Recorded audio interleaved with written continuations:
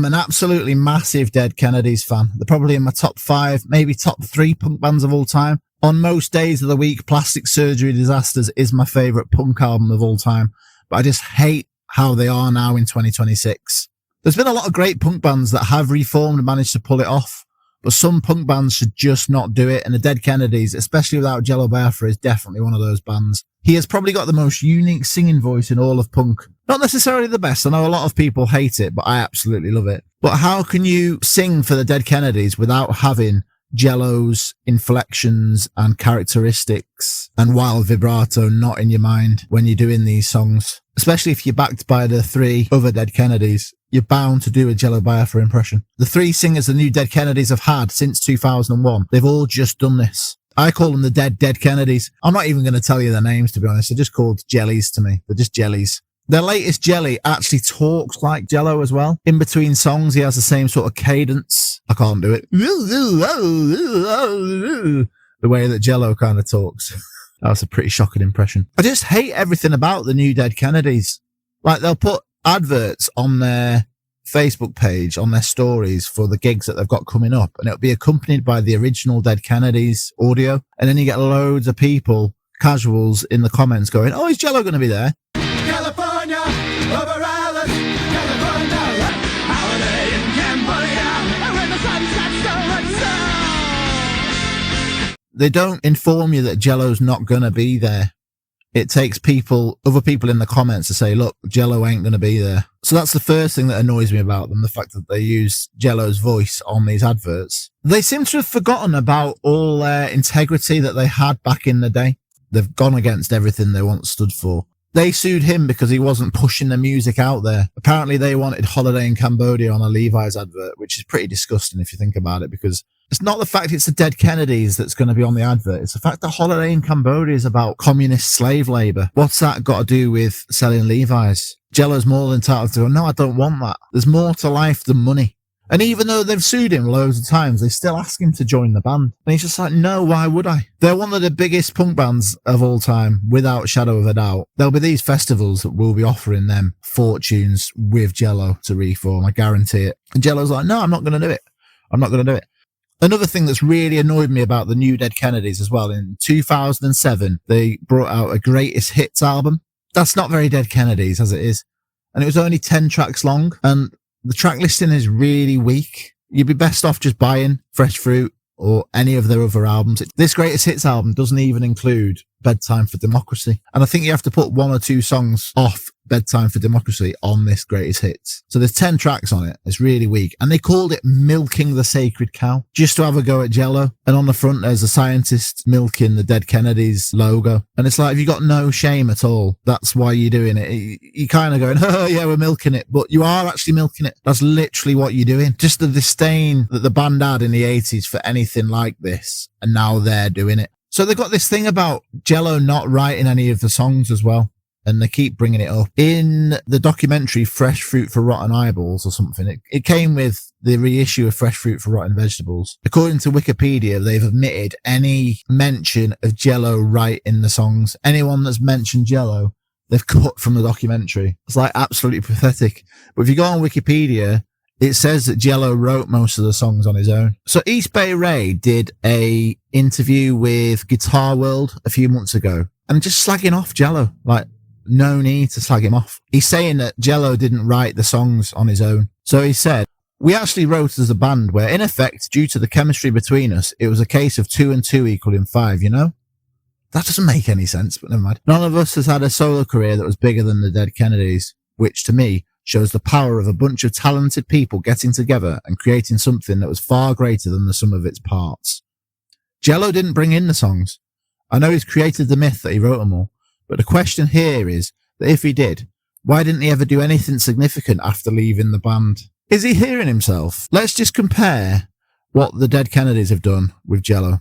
So the original Dead Kennedys, they split up in 1986 and it's now 2026. In that time, Jello started a new band called Lard, who did 2 albums and 2 EPs. He did an album with DOA. He did an album with No Means No. He did an album under the moniker Tumor Circus. Well, the band was called Tumor Circus. He did an EP and an album with Mojo Nixon. He did 2 albums with the Melvins. They're brilliant. They're really good albums. I've got both of those. They're fantastic. I've got the DOA one as well. That's a brilliant album. That's got classic songs on it. He's done 6 releases with Jello Biafra and the Guantanamo School of Medicine. And he's done numerous spoken word albums as well. So I worked out he's done 17 musical releases in 40 years. 3 of which are with absolute punk rock royalty, aren't they? DOA, Melvins, No Means No. Let's have a look at what the Dead Kennedys have done without Jello. So they reformed in 2001. They've had 25 years to write a new song, a new album. How many new albums have they done? None. How many new songs have they written? None.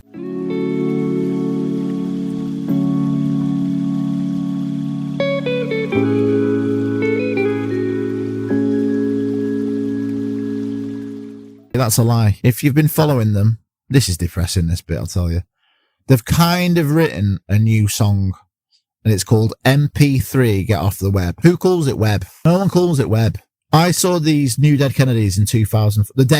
I saw the new Dead Kennedys in 2004. I hate to admit it, I was 16. And like I said, Plastic Surgery Disasters was my favourite album at the time. So I was just like, oh, I'll go see the Dead Kennedys, even though Jello's not there. And I enjoyed it. I'll admit it, I enjoyed it. So they did that song in 2004, and they're still playing it in 2025. What they've done is they've rewritten the lyrics to MTV Get Off the Air, MP3 Get Off the Web. MP3s are on the web for piracy, aren't they? You can get MP3s for free. You don't need to pay for them. Yeah? So I don't understand the satire in that song. They're saying MP3 Get Off the Web. Are they calling out piracy? They're not encouraging it, are they? I've tried to listen to the lyrics, and I've seen 2 different videos, and they've been completely different each time. It's just embarrassing. In one of the videos, East Bay Ray, he sounds terrible on the guitar.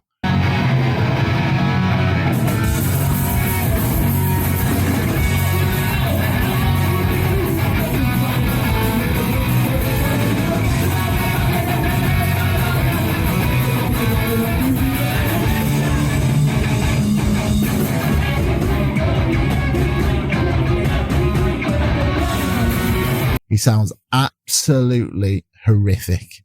And it just makes me sadly, I considered him probably the best guitarist in punk. He's an amazing guitarist, East Bay Ray. So back in the day, they released In God We Trust Incorporated. And on the B-side of the tape, they left it blank. Printed on the cassette's second side was the explanation. Home taping is killing record industry profits. We left this side blank so you can help. Now, where's the satire in MP3 Get Off the Web? I don't know. Jello didn't write any of the songs, yet he's released 17 albums and EPs in 40 years. That's like almost one every 2 years, which is quite a big output, isn't it? Where you lot, pathetic Dead Kennedys, Dead Kennedys, you've released nothing. Change your name, write some new songs, play some Dead Kennedys songs at the end. Jello does that, doesn't he? He plays some Dead Kennedys songs at the end.